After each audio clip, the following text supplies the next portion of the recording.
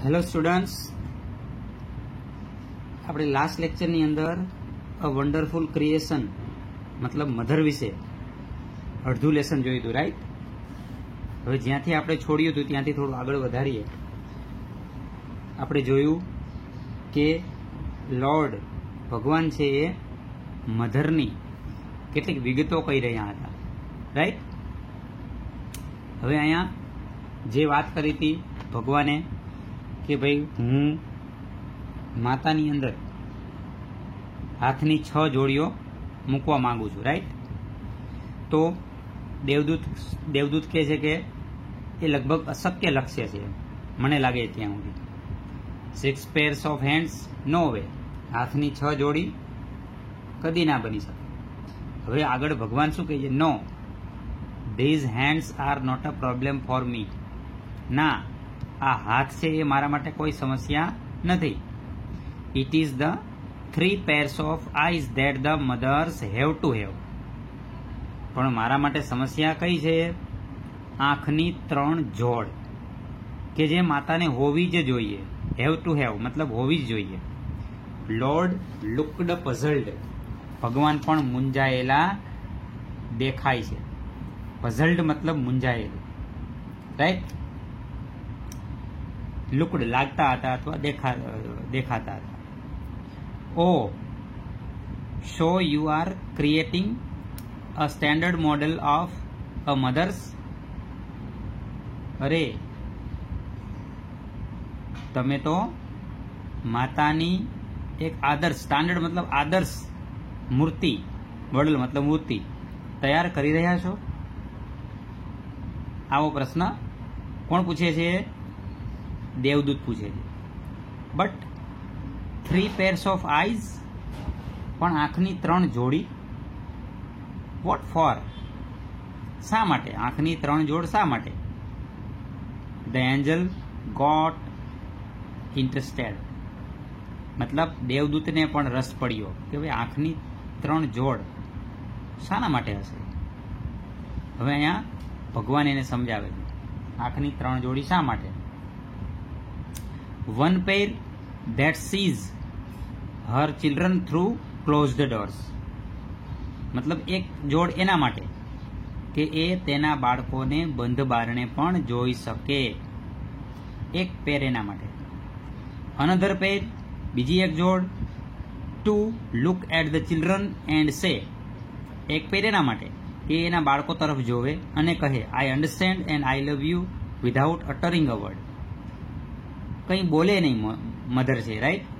પણ જસ્ટ એની નજરથી એ એના બાળકોને કહી શકે કે હું તમને સમજુ છું અને હું તમને ચાહું છું, કંઈ પણ બોલ્યા વગર. તો વિધાઉટ પછી ઓલવેઝ આઈએનજી વાળું ક્રિયાપદ આવશે, એ પણ ખાસ યાદ રાખજો. Without uttering a word. Utter મતલબ બોલવું, સ્પીકનું સિમિલર વર્ડ. તો બીજી જોડ છે એ શેના માટે? તો કે હું I understand and I love you without uttering a word. મતલબ એના બાળકોને કહી શકે હું તમને સમજુ છું અને તમને ચાહું છું, કંઈ પણ એક પણ શબ્દનો ઉચ્ચાર કર્યા વગર. તો એક પેર છે એના માટે. And the third pair to see all secret things without opening them. અને ત્રીજી જે જોડ છે એ જોવા માટે. બધી જ જે રહસ્યમય જે વસ્તુઓ છે એ જોવા માટે, પણ એ આંખને ખોલ્યા વગર. વિધાઉટ ઓપનિંગ ધેમ. જો વિધાઉટ પછી ફરી આવી જેવું, રાઈટ? તો ત્રીજી ફેર છે શા માટે? તો કે એ આંખો બંધ હોય છતાં પણ એ રહસ્યમય વસ્તુઓ છે એ જાણી શકે, રાઈટ? તો ત્રીજી પેર છે એના માટે. આ 3 જે પેર છે યાદ રાખો. પહેલી પેર છે શેના માટે? તો કે બાળકોને બંધ બારણે જોઈ શકે. બીજી પેર છે શેના માટે? તો એ બાળકોને એક પણ શબ્દનો ઉચ્ચાર કર્યા વગર કહી શકે કે હું તમને સમજુ છું અને તમને ચાહું છું. ત્રીજી પેર છે એ બધી જ જે રહસ્યમય બાબતો છે એ બાબતોને જાણી શકે આંખને ખોલ્યા વગર. મતલબ કે એની હાજરી ના હોય છતાં પણ એને અમુક વસ્તુની ખબર પડી જતી હોય. આનો મતલબ એવો છે, રાઈટ? હવે એન્જલ શું કહે છે? Lord requested the Angel. એટલે એન્જલ છે એ ભગવાનને વિનંતી કરે છે. જુઓ, અહીં ઇન્વર્ટેડ કોમાસની અંદર લોર્ડ છે, એટલે લોર્ડને ઉદ્દેશીને કહેવામાં આવ્યું છે, ભગવાનને ઉદ્દેશીને કહેવામાં આવ્યું છે કે એન્જલે વિનંતી કરી, lord please go to bed. મહેરબાની કરીને તમે સૂઈ જાઓ.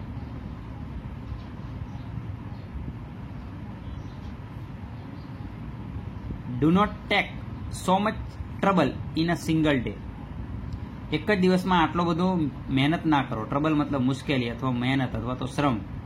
એક જ દિવસની અંદર આટલી બધી મહેનત ના કરો. મહેરબાની કરીને સૂઈ જાઓ.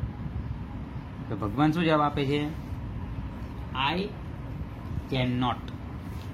હું મતલબ સૂઈ ના શકું. આનો મતલબ એવો થાય આગળની જે ક્રિયા છે બરાબર એની નકારાત્મક જવાબ આપે છે. એટલે આગળની ક્રિયામાં શું કીધું હતું? સૂવાનું. તો અહીંયા આઈ કેન નોટ મતલબ હું સૂઈ ના શકું. હી રિફ્યુઝડ. રિફ્યુઝડ મતલબ ઇનકાર કરવો, ના પાડવી. ભગવાને ના પાડી. શું ના પાડી? કે હું સૂઈ ના શકું. I have almost completed the work. મેં લગભગ બધું જ કામ પૂરું કરી નાખ્યું છે. I have almost completed the work. Right. Have plus completed મતલબ ક્રિયાપદનું કયા કાળનું રૂપ થશે? પૂર્ણ વર્તમાન કાળ. I have almost completed the work. મેં લગભગ બધું કામ પૂરું કરી નાખ્યું છે. I have put the best of my ideas in two this model. આ મૂર્તિની અંદર મેં મારા શ્રેષ્ઠ વિચારો લગભગ મૂકી દીધા છે. Right. Now this mother will heal herself. હવે આ માતા છે એ હીલ મતલબ સાજું થવું. હીલ મતલબ સાજું થવું. Now this mother will heal herself. હવે આ માતા છે જાતે સાજી થશે. Will heal herself when she is sick. જ્યારે તે બીમાર પડશે. જ્યારે તે બીમાર હશે, બીમાર પડશે ત્યારે તે પોતાની જાતે સાજી થશે. એક એક્ઝામ્પલ આપીએ આપણે અહીંયા કે આપણા ફેમિલી મેમ્બર્સની અંદર સૌથી ઓછામાં ઓછું કોઈ બીમાર પડી હોય તો કોણ? વિચારો છો કોણ? તો ઓબ્વિયસલી આપણી મમ્મી. રાઈટ. એ જાતે સાજી થઈ જાય. તો now this mother will heal herself when she is sick. જ્યારે તે બીમાર પડશે ત્યારે તે તેની જાતે સાજી થશે. She would be able to feed a family of 6 members only on half a kilo of cabbage. હવે she would be able એ સક્ષમ હશે. To feed મતલબ ખવડાવવું. To feed a family of 6 members only on half a kilo of cabbage મતલબ અડધો kilo કોબીજની અંદર એ 6 સભ્યના કુટુંબને ખવડાવી શકવા માટે સક્ષમ હશે. And she would manage. અને એ મેનેજ કરશે મતલબ સંભાળી લેશે. અ ચાઇલ્ડ્સ બાથ. બાળકને સ્નાન કરાવશે. રમાડશે. પ્લે મતલબ રમાડશે. સ્ટડી અભ્યાસ કરાવશે. ફૂડ એટલે ખોરાક અથવા ખવડાવશે. અને ઊંઘાડી પણ દેશે. વિધાઉટ ગેટિંગ ઇરિટેટેડ મતલબ ગુસ્સો કર્યા વગર આટલા બધા કાર્ય કરે છે. એ બાળકના નાહવાનું, રમવાનું, અભ્યાસ કરાવવાનું, એને ખવડાવવાનું, એને ઊંઘાડવાનું, આ બધી જ વસ્તુઓ એ સંભાળી શકે છે. પણ કેવી રીતે? વિધાઉટ ગેટિંગ ઇરિટેટેડ મતલબ ગુસ્સો કર્યા વગર. રાઈટ. તો આટલું બધું એ કામ કરી શકશે. The angel went round the model of the mother very slowly. The angel છે એ જે માતાનું જે મૂર્તિ છે તે ભગવાન બનાવી રહ્યા છે. રાઈટ. એની આસપાસ ચારે બાજુ આંટો મારે છે. વેન્ટ રાઉન્ડ મતલબ આંટો મારે છે. The model of the mother very slowly ખૂબ ધીમેથી. હી ટચડ ઇટ. તેને સ્પર્શ કર્યો મતલબ તેને સ્પર્શ કર્યો.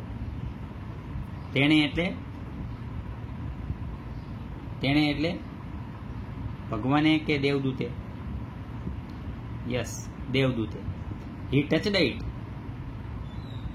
તેણે તેને સ્પર્શ કર્યો. એન્ડ સેડ અને કહ્યું ઇટ્સ ટુ સોફ્ટ. તે ખૂબ જ કોમળ છે. સોફ્ટ મતલબ કોમળ છે. ભગવાન અહીંયા શું કહે છે? But very tough. Tough TOUGH શબ્દ યાદ રાખજો. કોઈ પણ શબ્દની પાછળ જ્યારે OUGH આવતું હોય એનો ઉચ્ચાર ઓલવેઝ ફ થશે. ટફ તો TOUGH, રફ હોય તો ROUGH, કફ COUGH. જો રાઈટ, જે શબ્દની પાછળ OUGH આવે એનો ઉચ્ચાર હંમેશા ફ થાય. But very tough said the lord excited. ભગવાને ખૂબ જ ઉત્સુકતાપૂર્વક કહ્યું. જુઓ શું કહ્યું? પેલાએ કીધું કે ખૂબ કોમળ છે, તો ભગવાને શું કીધું? પણ ખૂબ ટફ છે, ખૂબ મજબૂત છે, મતલબ મજબૂત મનોબળવાળી છે. You can not imagine what this mother can do and endure. તું કલ્પના પણ નહીં કરી શકે. You can not imagine. Imagine a verb ફોર્મનું રૂપ છે. ઇમેજિન મતલબ કલ્પના કરવી. ખાલી કલ્પના કેવી હોય તો ઇમેજિનેશન. તો તું કલ્પના નહીં કરી શકે.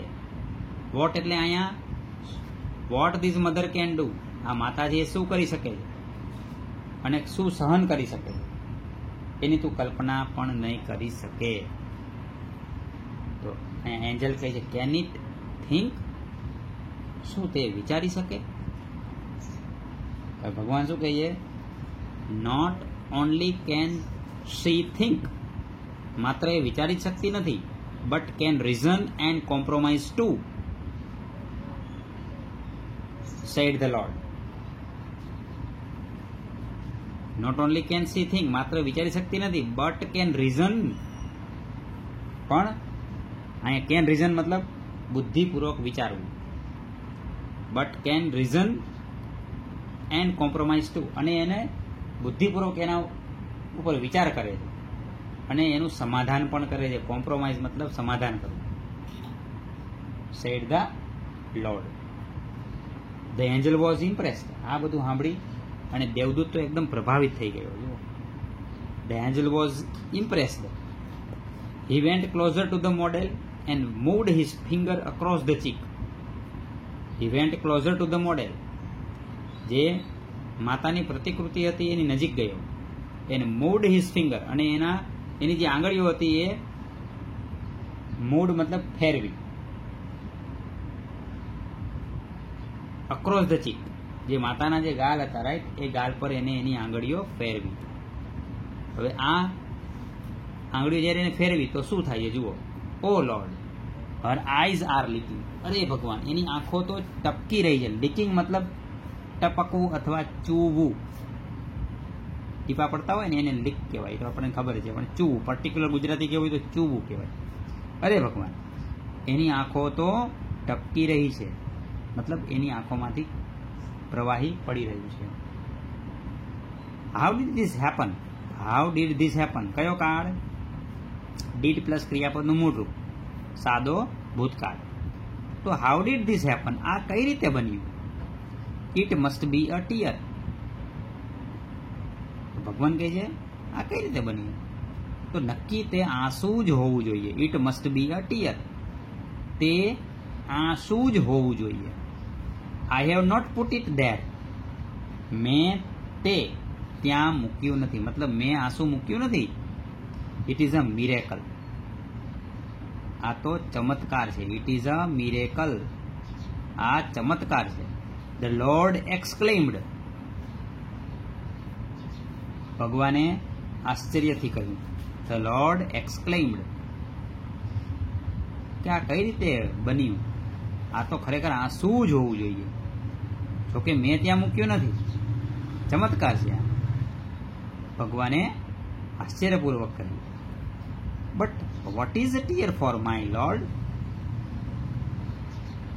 ભગવાન, પેલા દેવદૂતે પ્રશ્ન પૂછ્યો. ભગવાન, પણ આ આંસુ શાના માટે? શા માટે આંસુ? તો આંસુ છે શાના માટે? તો કે ઇટ ઇઝ સમથિંગ યુનિક. કંઈક વિશિષ્ટ છે. હા, આંસુ છે ને એ કંઈક વિશિષ્ટ છે. મે B it is four pain. કદાચ એ વેદના, દુઃખ માટે હોય. ફોર જોય, હર્ષ માટે પણ હોઈ શકે, આનંદ આવે તો પણ આંસુ આવી જાય. પ્રાઇડ, ગર્વ, ગર્વ થાય તો પણ આંસુ આવી શકે છે. ડિસઅપોઇન્ટમેન્ટ, નિરાશા.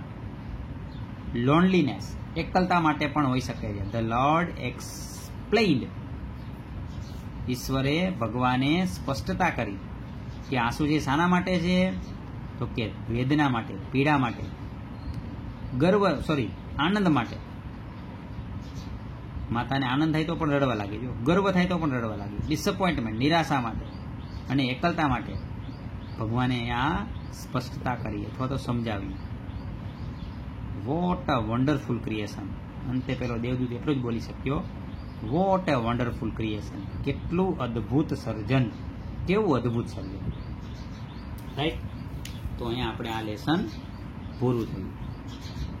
એક વખત બધા આખું લેસન વાંચી અને જરા એક વખત લખી નાખો તો બી સારું, સમજી લેજો. બરાબર. ચલો હવે આપણે જોઈએ છીએ ગ્લોસરી. ગ્લોસરીની અંદર આપણે કીધું છે કે તમારે જે નાના નાના જે વર્ડ્સ છે, રાઈટ, એ ખાસ તૈયાર કરવા. માનો કે અહીંયા આપેલું જે સ્ટે, જો સ્ટે તો સપોર્ટ. આના શબ્દો બહુ બધા અગત્યના છે અને બધા નાના નાના છે એટલે ખાસ તૈયાર કરજો. શુદ્ધ તો સમજાવવું, અથવા તો આપણે કહીએ કે શાંત કરવું, શુદ્ધ. કામ, રિલીવ પેઇન. કોન્સન્ટ્રેશન તો અટેન્શન. એન્જલ તો મેસેન્જર ઓફ ગોડ, દેવદૂત. લેફ્ટ તો સિમિલર વર્ડ નથી, લેફ્ટ. અટરિંગ તો આ શબ્દ યાદ રાખજો, અટર તો સ્પીક. ટફ, હાર્ડ તો ડિફિકલ્ટ. હીલ શબ્દ યાદ રાખજો, ક્યોર. એન્ડ્યોર એ પણ શબ્દ અગત્યનો છે. એન્ડ્યોર તો બેર અથવા તો ટોલરેટ. તમને એક્ઝામની અંદર એવું પૂછવાનું, બેર શબ્દ આપ્યો છે તો બેરનું એન્ડ્યોર નથી આપ્યું, ટોલરેટ પણ આપ્યું ઓપ્શનની અંદર. બરાબર. તો યાદ રાખજો, એન્ડ્યોર તો બેર અથવા tolerate. Reason, think logically. Compromise, adjust. યાદ રાખજો. Genius, highly talented. એ પણ જરૂરિયાત નથી. લીકેજ એ જવા દે, એનું મોટું પેલું છે. Extremely, very much. માઇટી શબ્દ યાદ રાખજો, માઇટી તો પાવરફુલ. બરાબર. રિફ્યુઝ શબ્દ યાદ રાખજો. રિફ્યુઝના 3 વર્ડ છે, રિફ્યુઝ, રિજેક્ટ અને ડિનાય. ત્રણેયનો મતલબ એક જ છે, ઇનકાર કરવો, ના પાડવી. ખાસ યાદ રાખજો. ઇરિટેટ તો એનોય, આ પણ યાદ રાખવા જેવો શબ્દ છે, એનોય, ગુસ્સો કરવો.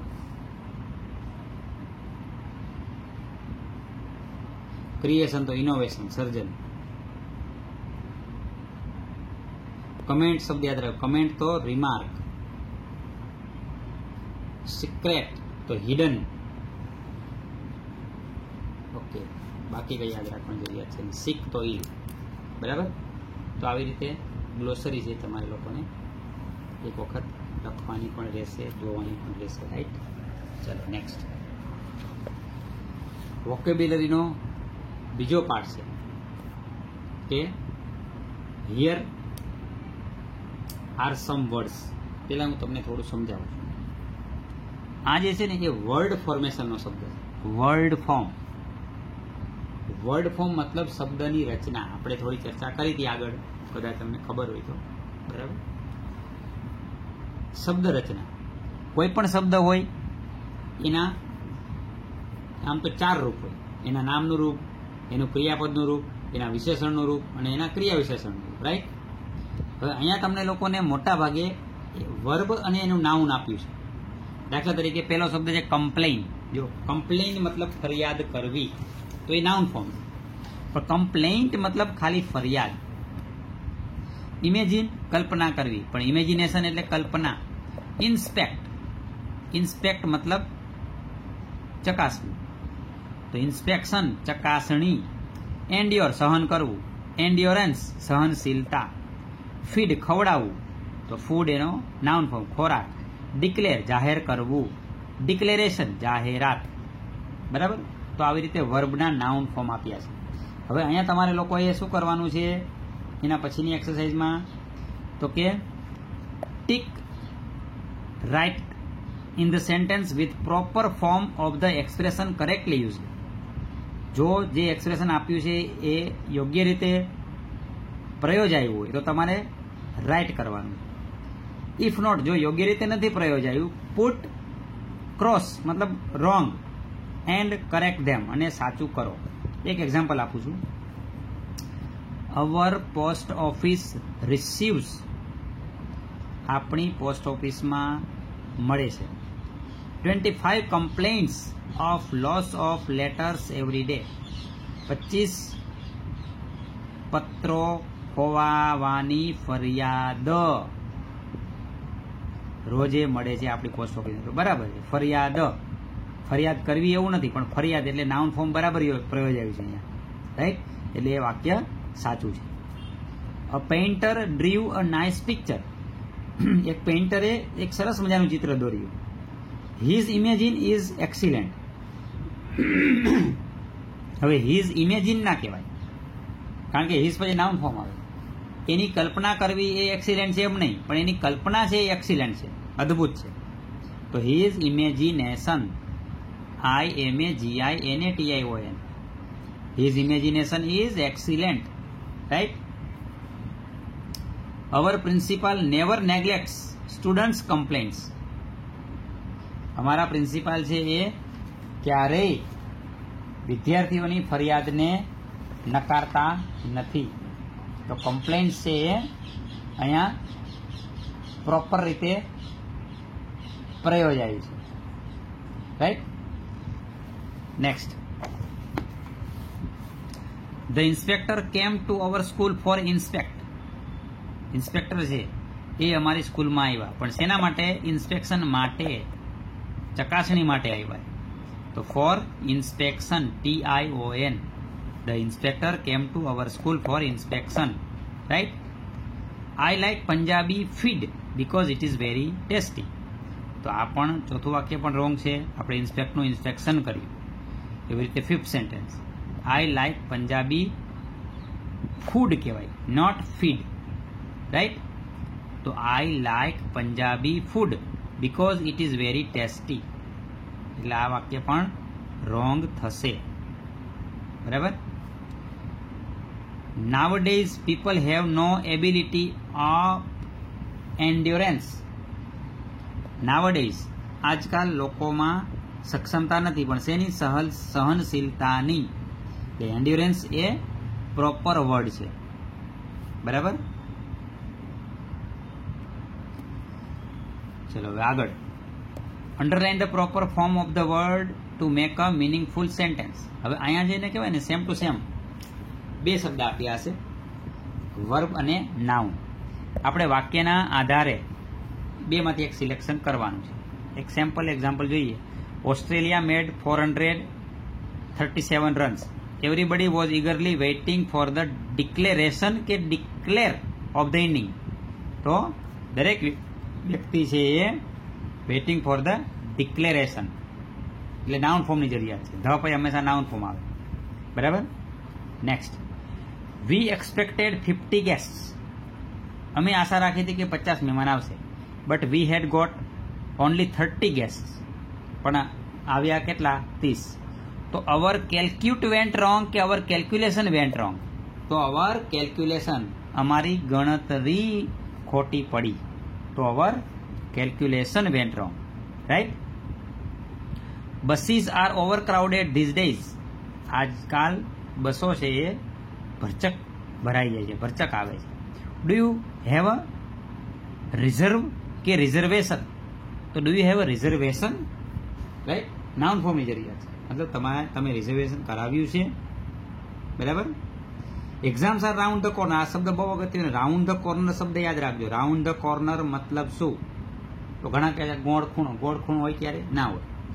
કોઈ પણ વસ્તુ, કોઈ પણ ઘટના, વસ્તુ તો નહીં પણ આપણે કોઈ પણ ઘટના, કોઈ પણ તહેવાર નજીકમાં હોય ને, કોઈ પણ પ્રસંગ, તો એને ઇંગ્લિશમાં રાઉન્ડ ધ કોર્નર કહેવાય.